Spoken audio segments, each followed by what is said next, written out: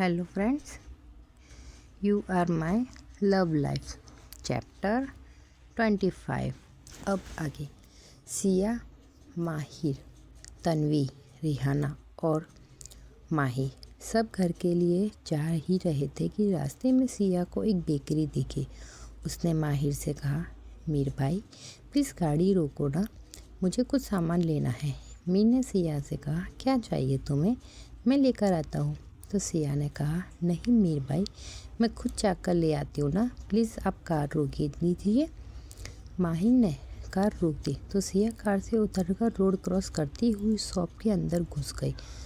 सब उसका कार में बैठ और दूसरी साइड रोड के कार खड़ी करके उसका इंतज़ार कर रहे थे।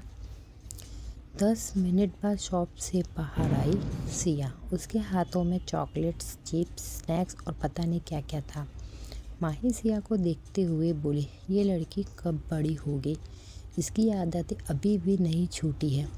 तो तन्वी ने सिया को देखते हुए माही से कहा, शायद यह छूटने वाली भी नहीं है, यह अभी भी बच्ची है और आगे भी बच्ची ही रहने वाली है। पता नहीं किसके किस्मत फोड़ेगी ये लड़की। इस पर सब जोर जोर से हंसने लगे।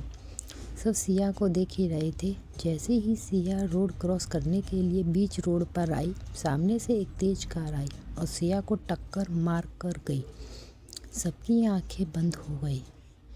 सिया कार की टक्कर से उड़ती हुई रोड की दूसरी साइड नीचे गिरती है और उसके सर से खून बहना शुरू हो गया। सिया गिरते ही बेहोश हो गई। किसी की भी इतनी हिम्मत नहीं होती सिया के पास जाकर उसे देख सके। सब सदमे में वहीं जमे खड़े थे। सब लोगों की भीड़ इकट्ठा होने लगे। तब जाकर उन सबको होश आया। वो भागते हुए सिया के पास गए। सिया की हालत देखकर सबके होश उड़ गए। मीर ने सिया को गोद में उठाया और सिया सिया चिल्लाने लगा।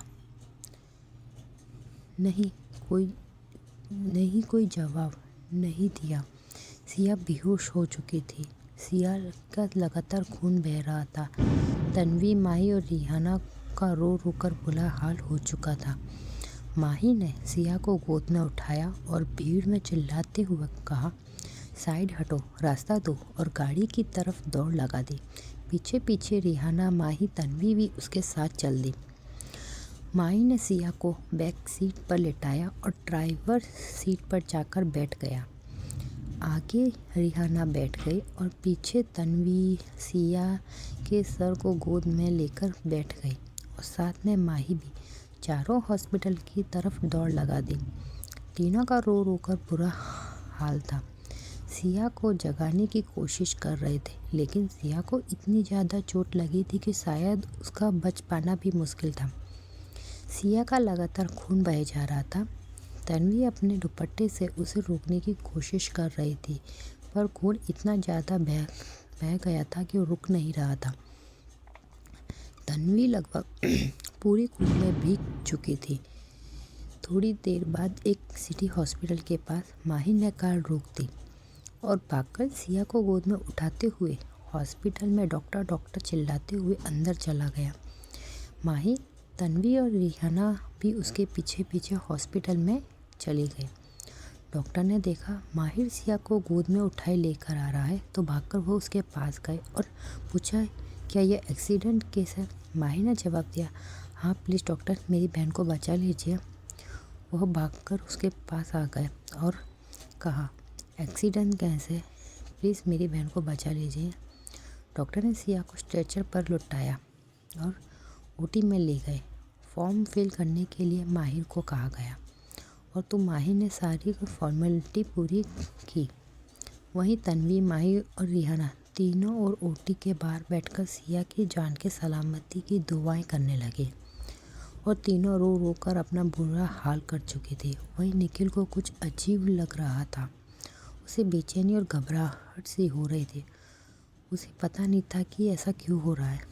वो कहते हैं ना, जब हम किसी इंसान के साथ दिल से कनेक्ट होते हैं तो हमें उसके लिए उससे बात करने की ज़रूरत नहीं होती।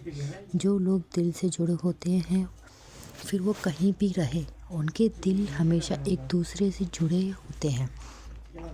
वही हाल भी था। निखिल की बहन की ज़िंदगी और मौत के बीच जूझ रही थी। उसे नहीं पता था कि फिर भी उसका दिल बैठा जा रहा था। उसने देखा कि बहुत टाइम हो गया, वो चारों अभी तक घर नहीं है लौटी। उसने माहिर को कॉल लगा दी। वहीं बैठा कुणाल अपने लैपटॉप में कुछ काम कर रहा था। कबीर उससे बातें कर रहा था और कुछ फाइल्स दिखा रहा था। वही हॉस्पिटल में माहिर ने अपना फ़ोन निकाला तो देखा उस पर कुणाल का नाम फ्लैश हो रहा है। उसने जल्दी से कुणाल की कॉल उठाई और रोते हुए बोला, निखिल भाई। मीर रोते हुए सुना, घबराते हुए कहा, मीर तुम रो क्यों रहे हो? सब ठीक है ना? सिया, तन्वी, रिहाना कहाँ है? निखिल बात सुनकर मीर ने निखिल को जवाब दिया, नहीं कुछ ठीक नहीं है, हम लोग सिटी हॉस्पिटल में। निखिल ने घबराते हुए कहा, क्या हुआ है? सब ठीक है ना? मीर ने कहा, नहीं कुछ ठीक नहीं है, और ज़ोर ज़ोर से रोने लगा। मीर सिया को अपनी छोटी बहन की तरह प्यार करने लगा था। इतने दिनों में वो दोनों बहुत क्लोज आ गए थे। सिया भी मीर को बहुत प्यार करने लगी थी। दोनों भाइयों की लाडली बन गई थी। निखिल ने पूछा, बताओ क्या हुआ? मीर ने गहरी सांस ली और निखिल को बताया कि सिया का एक्सीडेंट हो गया, उसका ऑपरेशन चल रहा है, वो ओटी में है। इतना ही सुना था कि निखिल के हाथ से फ़ोन छूटकर ज़मीन पर गिर गया। निखिल बेसुध सा वहीं ज़मीन पर बैठ गया। कुणाल कभी न देखा तो वो भागकर निखिल के पास गया और पूछा, क्या हुआ? निखिल कुछ भी बोलने की हालत में नहीं था, बस लगातार रोए जा रहा था। कुणाल ने निखिल का फ़ोन उठाया और कान पर लगाया और पूछा, क्या हुआ? मीर ने कुणाल को कहा, सिया का एक्सीडेंट हो गया है, वो ओटी में है। कुणाल ने जब मीर की बात सुनी तो उसके पैरों तले ज़मीन खिसक गई। कुणाल को एक जोर का झटका लगा। उसकी भी बस हाल निखिल जैसा ही था, पर उसने खुद को संभाल लिया और कहा, हम लोग अभी आ रहे हैं। कबीर ने पूछा, क्या हुआ भाई? तो कुणाल ने कबीर को कहा, सिया का एक्सीडेंट हो गया है, वो हॉस्पिटल में है। कबीर चिल्लाते हुए बोला, छोटे रैबिट को क्या हो गया? वो ठीक तो है ना? कुणाल ने कबीर को कहा, अब तो वहीं जाकर पता चलेगा, हम हॉस्पिटल चलते हैं। पर निखिल को दोनों भाइयों ने सहारा देकर उठाया और अपने साथ कार में बैठाकर हॉस्पिटल के लिए निकल गए। उन्होंने घर में दादा दादी और मीरा जी और रिहान को कुछ नहीं बताया।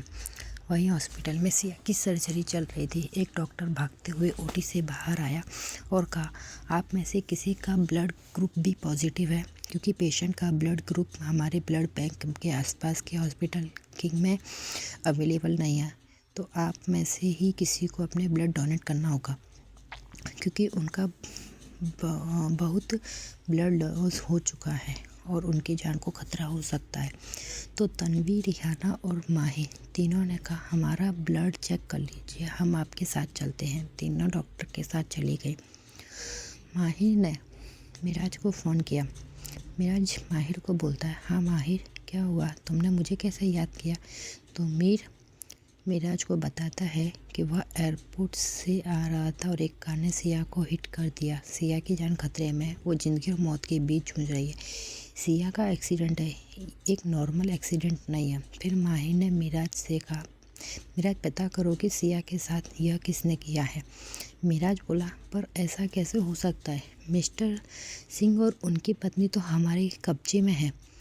हम उसने सिया के बचपन की इन्फॉर्मेशन निकालने की कोशिश कर रहे थे, अभी तक उन्होंने अपना मुंह नहीं खोला है।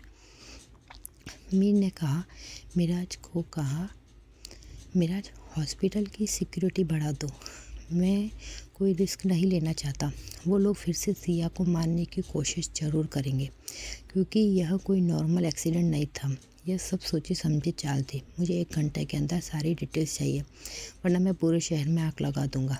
मिराज ने कहा, जी बॉस, मैं पता करता हूँ। मेरी ने मिराज को कहा, तुम अभी सिया से नहीं मिले हो, वो बहुत भोली और मासूम बच्ची है, मैं उसे किसी भी कीमत पर कुछ नहीं होने दूंगा। यह एक भाई का वादा है। कहीं से भी ढूंढो, उस कार को ढूंढ कर मेरे सामने लेके आओ। मिराज ने कहा, ठीक है माही, मैं पता करवाता हूँ और मैं अभी हॉस्पिटल आ रहा हूँ। तभी मीर के पास तन्वी, रिहाना और माही आई। तन्वी ने कहा, मीर भाई हमारा ब्लड सिया से मैच नहीं हुआ, अब हम क्या करें, सिया की जान कैसे बचाएं? तो माहिर ने कहा, मैं अपना ब्लड टेस्ट कर के आता हूँ, तुम लोग यहीं मेरा वेट करो। माहिर ब्लड डोनेट करने चला गया। तन्वी, रिहाना और माहिर तीनों ओटे के बाहर बैठकर माहिर का इंतजार करने लगी। तभी वहाँ कुणाल, निखिल और कबीर पहुँच गए। कुणाल ने तन्वी के पास जाकर पूछा, सिया कहाँ है? तन्वी कुणाल को देखकर रो पड़ी और जाकर कुणाल को हक कर लिया। वही रिहाना ने निखिल को जाकर हक कर लिया और जोर जोर से रोने लगे। निखिल भाई देखो ना, देखो क्या हो गया है, प्लीज़ वो आपकी हर बात सुनती है ना, उनसे कहिए ना वो बाहर आकर हमसे बात करें। मैं कभी शरारत नहीं करूँगी, मैं कभी उनको परेशान नहीं करूँगी। आप बोलो ना उनको, आपकी बात तो हमेशा सुनती है। प्लीज़ भाई बोलिए ना वो उनको, एक बार मुझसे बात कर ले, प्लीज़ प्लीज़ प्लीज़। और रिहाना बस रोए जा रही थी। निखिल खुद को संभाल नहीं पा रहा था, वो खुद भी अंदर तक टूट चुका था। आखिरकार अपनी बहन से प्यार जो करता था। कबीर रिहाना को निखिल से अलग करते हुए उसे संभालने की कोशिश करता है। कुणाल तन्वी को खुद से अलग करते हुए तन्वी का चेहरा अपने हाथों में लेकर बोलता है, कुछ नहीं होगा रैबिट को, मैं उसे कुछ नहीं होने दूंगा, आई प्रॉमिस यू। तभी मीर वहाँ आ जाता है और निखिल को देख इमोशनल होकर उसे गले लगा लेता है। मीर निखिल को बोलता है, सॉरी निको, मैं हमारी बहन का ख्याल नहीं रख पाया, मैं बड़े भाई का फ़र्ज नहीं निभा पाया, मैं उसके लिए कुछ नहीं कर पाया। मीर से निखिल अलग हुआ, कुणाल और कबीर के पास आया और कहा, सिया का बहुत ब्लड लॉस हो गया है, उसे ब्लड की ज़रूरत है। हम सब ने चेक करा लिया है पर हमारा ब्लड सिया के ब्लड से मैच नहीं हुआ और हॉस्पिटल में भी सिया का ब्लड ग्रुप नहीं मिल रहा। तुम दोनों जाओ, हो सकता है तुम में से किसी का ब्लड ग्रुप मिल जाए। कुणाल ने बिना देरी किए वहाँ से चला गया। कुणाल को आज एहसास हो रहा था कि सिया उसके लिए कितनी ज़रूरी बन गई है। वो सिया को इस हाल में देख नहीं पा रहा था। सबसे ज़्यादा बुरा हाल निखिल का था। तन्वी निखिल के पास बैठी और उसे अपने सीने से लगाते हुए कहा, कुछ नहीं होगा तुम्हारे बच्चे को, वो बहुत स्ट्रांग है, देखना वो बहुत जल्दी ही ठीक हो जाएगी। निखिल तन्वी को हक करके रोने लगा। कबीर रिहाना को संभाल रहा था और मीर एक साइड कोने में बैठा रो रहा था। तभी उसके कंधों पर किसी का हाथ रखा। मीर ने सिर उठाकर देखा तो वहाँ माही खड़ी थी। उसने मीर को पानी पिलाया, उसके पास बैठ गई और माहिर से कहा, आप रोए नहीं, वो जल्दी ठीक हो जाएगी। प्लीज़ यार, अच्छा लगे तो लाइक कर दो और कमेंट्स में बता दो यार, तो मुझे भी थोड़ा तसल्ली हो। Okay, thank you.